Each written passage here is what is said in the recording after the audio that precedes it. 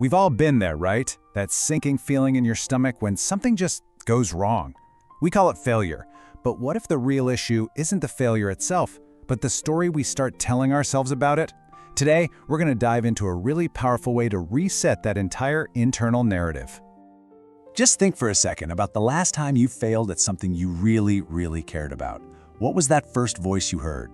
It probably wasn't someone else's, was it? No, it was that voice inside your own head. And man, can it be loud. Yep, that's the one. And that's the real sting of failure. It's not even the event itself, but that immediate story we attach to it. This voice is, without a doubt, the most damaging part of the whole experience, trying to convince us that this one setback, well, it defines our entire worth. And when that internal voice gets loud enough, our whole world just starts to shrink. It's like we get amnesia for all of our past wins, all the other challenges we've ever overcome.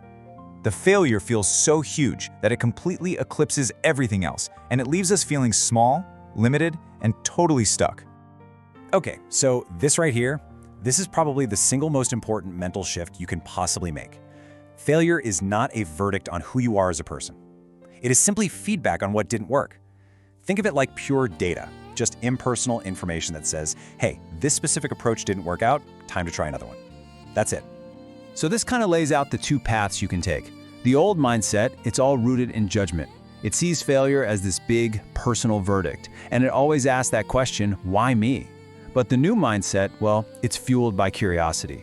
It sees the exact same event as just feedback, as data, and it asks a much more powerful question. Okay, what can I learn from this?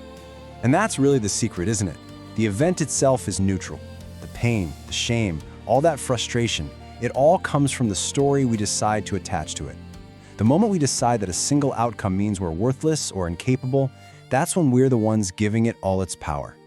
The key then is to learn to disconnect our self-worth from any one result. I love this. This isn't just a clever little phrase, it's a really profound shift in how you see things. Failure doesn't have to be some dead end that defines you for the rest of your life. Instead, it can be a process that sharpens you, that clarifies what you really want, and ultimately, it makes you better. It refines you. So, understanding the mindset shift is one thing, but how do you actually do it? Especially when you're in that thick post-failure fog. Well, let's break it down into a practical, step-by-step process.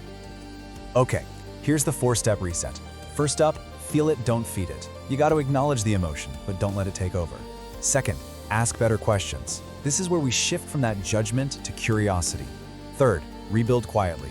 This is about focusing on your own growth without needing an audience. And fourth, remember who you are. Ground yourself in an identity that's way bigger than any single outcome. Let's dig in. All right, let's break that down a little more.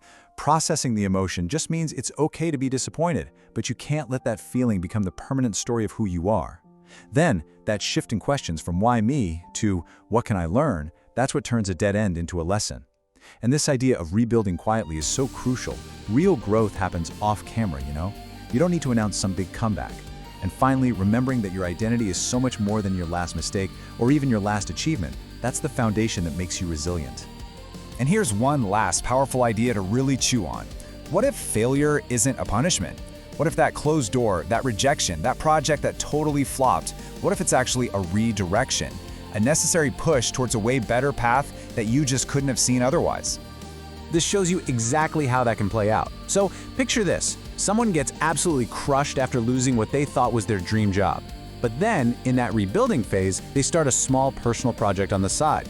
And through that process, they get refined. They end up discovering a sense of purpose that, let's be honest, the dream job never would have given them. The failure wasn't the end, it was the catalyst.